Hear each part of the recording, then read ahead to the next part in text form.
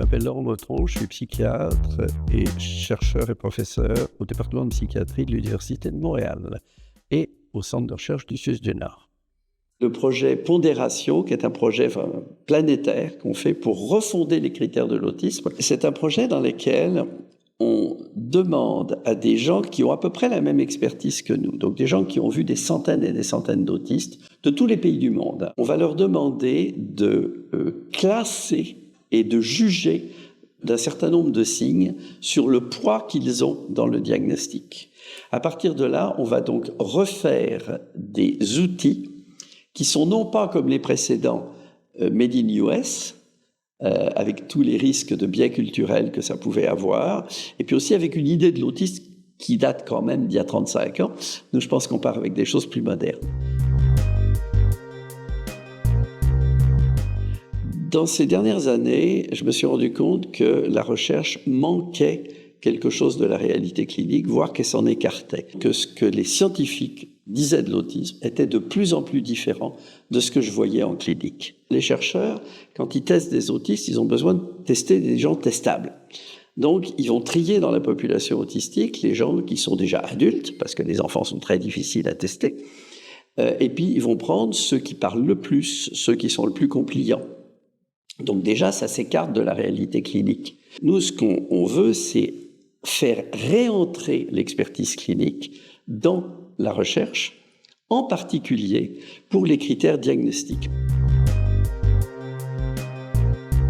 Ma première conclusion, c'est sur la sorte de choses qu'est l'autisme. On s'est rendu compte que l'autisme, ce à quoi on peut le comparer le plus, c'est pas comme des maladies du développement, comme des mutations, etc.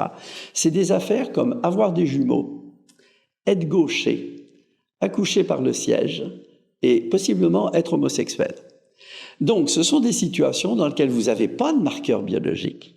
C'est des possibilités minoritaires humaines. Mais ce qu'on sait, puis c'est pour ça que je pense que l'analogie est profonde, c'est que avoir des jumeaux, être gaucher, accoucher par le siège ou avoir un enfant autiste, ces 4 conditions-là sont familiales. Quand vous avez des jumeaux, vous regardez autour, vous allez en avoir plus autour que dans la population générale. Pareil pour les gauchers, et même pareil pour l'accouchement par le siège. C'est-à-dire que vous avez des variants humains qui sont à la fois très très très différents de la typicité, mais c'est quand même compatible avec la survie dans un certain nombre de cas.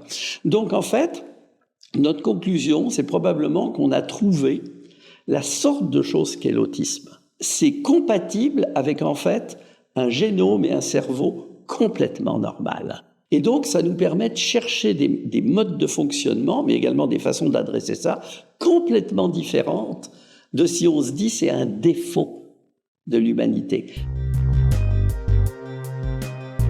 Si on arrive à faire ce qu'on a entrepris, on aura probablement refondé l'autisme d'une manière qui fait une sorte de cloison à l'intérieur du spectre entre l'autisme pur et tout ce qui est proche de l'autisme. Comme disent les Anglais, « sometimes more is different ».